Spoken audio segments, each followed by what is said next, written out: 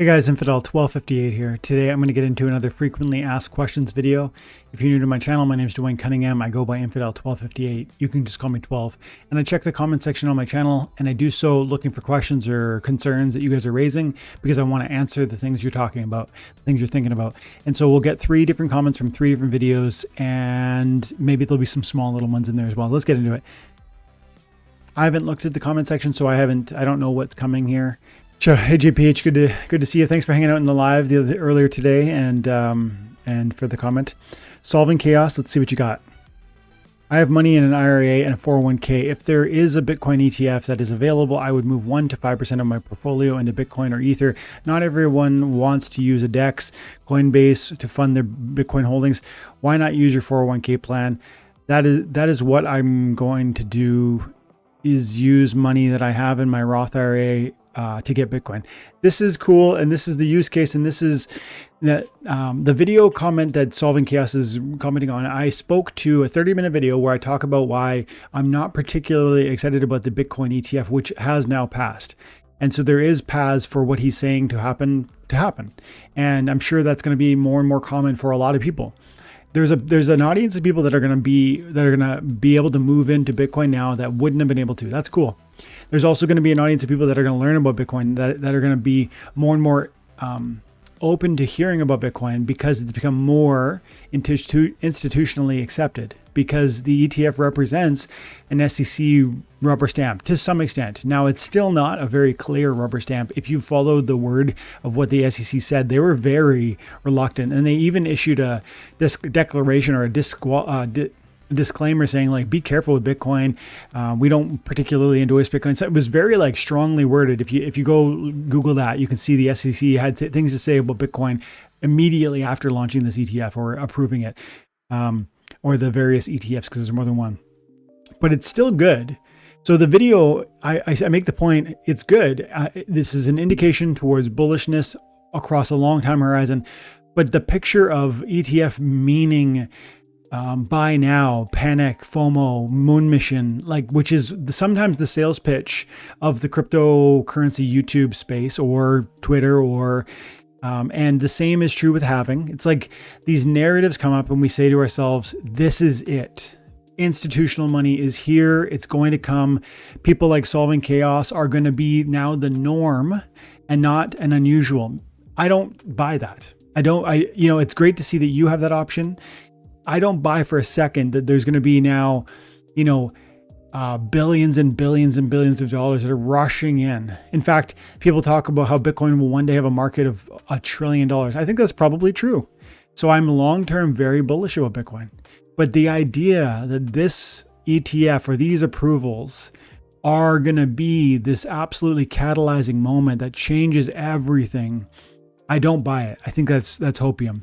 And so I don't think Solving Chaos is necessarily disagreeing with me, but I think he's just kind of maybe probing for some further explanation, because he's saying he's going to invest. And that's great. I love this. Frankly, especially within the context of an IRA or a 401k, when people have that long-term savings and now you have this avenue to move some percentage of your portfolio, I actually just love this for you. And the fact that it's going to open doors for people to access Bitcoin, which I think makes a lot of sense for each of us in a long-term perspective, like a decades long perspective. And me personally too. I just so you know, I did something like this where I don't have an IRA or 401k because I'm in Canada, but we have similar things. And when I moved from my pension company into a different sector, I sold that and I put it into gold and silver, which is held in a safe mark. I forget the name of the company, but they store your gold and silver. It's physical bullion. It's yours. It's it's available on demand. It's like a retirement plan, and it's within my retirement savings. So I'm for this sort of thing. It's like a creative solution for retirement. But I'm just saying, is this going to mean that Bitcoin goes to $400,000 within the next 6 months? I don't buy that. Is it going to go to 100,000? Maybe, but I don't buy that either. Is it going to go to 60? Possibly that's like more probable, but who would, look at where we're at. $48,000 is like a tripling of what we used to be. And I'm saying most of the value of the benefit of this moment in this story has already been written into the price point. Let's not be particularly concerned or let's not get ahead of ourselves thinking that this is going to be some moon mission for Bitcoin. Let's just look decades down the road and say, this is one more step in the process of adoption, in the process of, let's say, widespread acceptance of Bitcoin being a reasonable financial tool and investment. And I think that's great for you and me and everyone else. But I just don't buy that this is going to be some sort of massive bull market for Bitcoin. I think there's an altcoin season coming, and I like that you have this option. I like that others will have this option. But that's what that video is about. If you're feeling like I was dismissing it, I wasn't. I'm excited about it. I'm just saying I don't think it means the moon mission tomorrow. Next question. Okay, so this is a comment from Erroneous, and we were talking in this video about it's called Forget Land, Just Buy SPS Splinterlands. And the point of the video was really to have a conversation around where is the value proposition within land ownership. A lot of people think it's SPS. And if you look at how much it costs to set up a plot of land and you compare that to the profitability on a daily basis for what SPS you can get out of it, you're talking $100 setup for a common set plot, and you're talking probably 20, maybe 25 SPS a day. The returns are just simply not logical, not financially viable. It would take 165 days to get, the 3,300 SPS that you would need, that you could just simply buy with $100 today. So if you want 3,000 SPS, buy it for $100 and call it a day. Don't worry about setting up a plot, clearing the land, building the building, feeding the workers, buying the cards, etc., etc., etc. Power source, DEC, all of that. It's work. It's difficult. It's not easy, and the returns take a long time to pay to sort of reach the same threshold for the same dollar investment. But if you're thinking long term, 12 months from now, maybe it makes sense to focus on setting up plots of land in order to extract SPS. We don't know when the SPS will stop coming from land, but we have heard that by 2.0 it might. And so that was the video context. And Erroneous is talking now about grain. And he goes, because I made the point, one last thing, I made the point within the video, SPS is not the sole consideration. You have to look at research. Maybe that's going to be really meaningful. Let's see what Erroneous says stable grain. You could do a whole video just on grain. I'm sitting on more than 3 million. Unknown upcoming variables include, will grain LPs come with storage requirements getting implemented? That will force me to sell for a garbage price, probably set by whales, and use the LP as storage. Yeah, I could see that. I hope for your sake that doesn't happen. I hope that any amount of grain we have is just allowed to stay. But then maybe we can't get more to the grain. You can't add to the pile, but you don't lose it, I hope. Number 2, will the grain LP cause a massive dump in grain price? I think it necessarily will. Right? Right now you buy, the only way to get grain, if you want grain, is to 2 options. 1, to buy it directly from Splinterlands for 1 DEC per grain. Most people only do that by accident. If you want grain, you might buy it from peer-to-peer, like from individuals, but you're going to pay like a negotiated market rate. And there's no way that when there's a peer-to-peer marketplace set up officially through Splinterlands that it's going to be a 1 DEC per, because it's a free market at that point. We've got X amount of sellers that have easy access to making their resources liquid and marketable. And then we've got buyers who want it. And so the buying pressure and the supply is going to be gigantic because people like you have 3 million. And then the demand is going to be limited because people like you have 3 million, meaning most people have the grain they want and need. They've started a system of farming for grain that means they're sustainable. They don't need a lot of extra grain. So limited demand, huge supply, price is going to shoot through the floor. It's going to be dirt cheap at first. I have another thought there, but I wonder what your next 2 points are.